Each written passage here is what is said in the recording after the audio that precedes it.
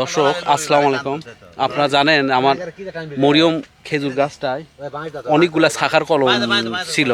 আমি লন্ডন যাওয়ার আগে এগুলো কলম করছিলাম। তো এখন ফলের সময় যদি আপনার এগুলো কেটে না নেওয়া হয় ফল হয়তো ভালো আসবে না। তো একটা কাটছি, তো আর একটা প্রসেসিং চলতেছে। দেখেন আপনারা এটা কেমন করে কাটি। আস্তে আস্তে, এই আস্তে, খুব আস্তে কাটে। ইয়ে দেন এই সিদ্দিক ভাই, ইয়ে দেন ওই হচ্ছে যে ওটাতে কেটে ফেলতে, ওটা ওটা আর আরেকটু ওই গাছের বেশি এখন না। হ্যাঁ, অনেকগুলো শিকড় বের হয়েছে, অনেকগুলো শিকড় বের হয়েছে এখানে দেখেন।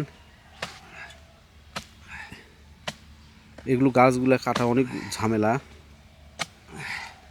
সিদ্দিক ভাই ইয়াটা বের করে নেওয়া যায় না? ওটা বের করে নেওয়া যায় না? না না, এটা লয়, এটা লয়, এটা না, ওই ওটা ওটা ওটা ওটা বের করে নিলে সুবিধা হবে। হ্যাঁ,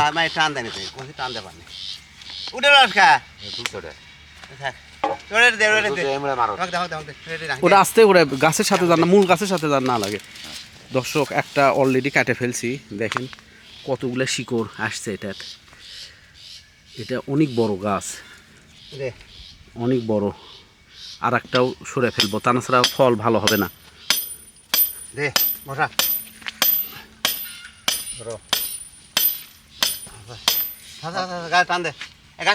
এটা আমার একমাত্র মরিয়ম গাছ,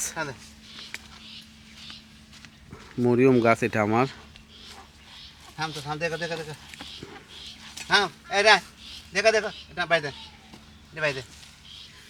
একটু বাইরের দিকে নেন সিদ্দিক ভাই, মূল গাছের সাথে যান না।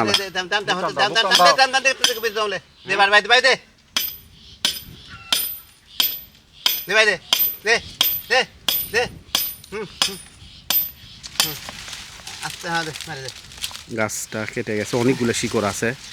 এগুলো দীর্ঘদিন রেখে দিছিলাম, প্রায় 4 থেকে 5 মাসের মতো ছিল। গাছটা দেখেন সুন্দরভাবে কেটে গেছে, অনেকগুলো শিকড়। এই সিদ্দিক ভাই আমার তো ধরা লাগবে না, আমি ভিডিওটা করি।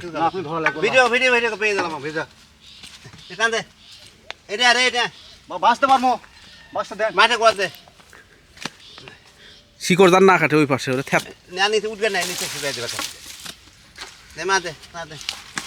গাছগুলো অনেক বড় হয়ে গেছে, এগুলাতে ফল আসতো এবার গাছের সাথে থাকতে, কিন্তু মূল গাছের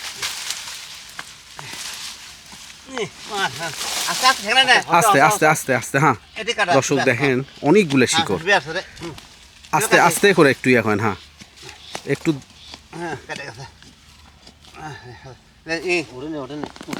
বাস বাস হয়ে গেছে। ওটা বের করে দাও, বের করে দাও, ওটার দরকার নেই। হ্যাঁ বাস, হ্যাঁ দেখাচ্ছি ভাই, এটা দিয়ে চলতেইছে। আপনি যা যা কথা বলছেন সব উঠে গেছে।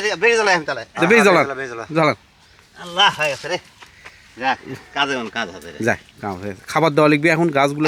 খাবার পরে তো মানে আগে দে ভাই, ইয়াত লাগছে ডাল কাট দে, ডাল কাট দে, ডাল পরে কাটপিনি ভাই, ওটা না সরে নেন।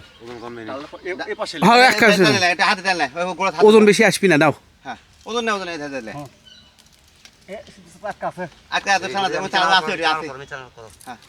অনেকগুলো শিকড় বের হয়েছে গাছগুলো, দীর্ঘদিন রেখে দিছিলাম।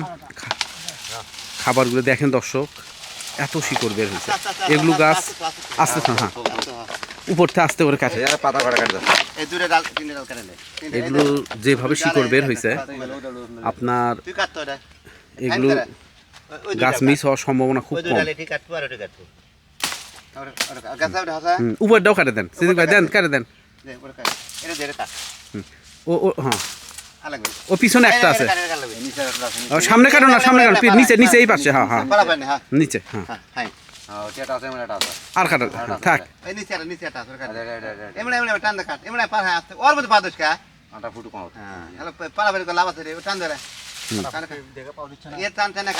বাস বাস, আর কাটো না বেশি। হ্যাঁ এই দুটো আমার মরিয়ম গাছ, সব মিলে আমার মরিয়ম গাছ হলো 3টা। কাশছি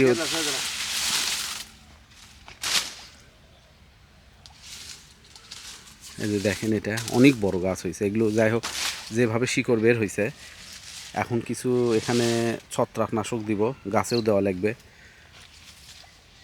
তো ওটা কাট, ওটা থুই আগে থুই আগে সিদ্দিক ভাই ভিডিও বন্ধ করে দেবো তাড়াতাড়ি ভিডিও। বেল তুই কর বেল যাচ্ছে তুই ভিডিও করতে ভিডিওর অভাব আছে গাছ লাগাবো না আমি দেখেন এটার দুটার একই অবস্থা। এটার সাথে আবার আর একটা সাকার আছে, যাই হোক এটা এখন একটু বোধহয় আঘাত পাইছে, সমস্যা না। মামা হ্যাঁ।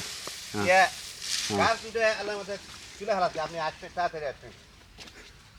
হ্যাঁ আসেন আসেন কাজ করছি হ্যাঁ দেখেন দর্শক, দূরে তুলছি প্রথম মরিয়ম গাছগুলার কোন মরিয়ম তাহলে চিনবি। আচ্ছা আরো কটা কম আছে তিনটে গাছ তিন চারটা গাছ লাগা মাছ আর দুটো কাটছে আর দুটো কাটি দেখেন এটা ওই কালিতে দুটো কাটবো দর্শক, গাছটা দেখেন। খাই না গাছ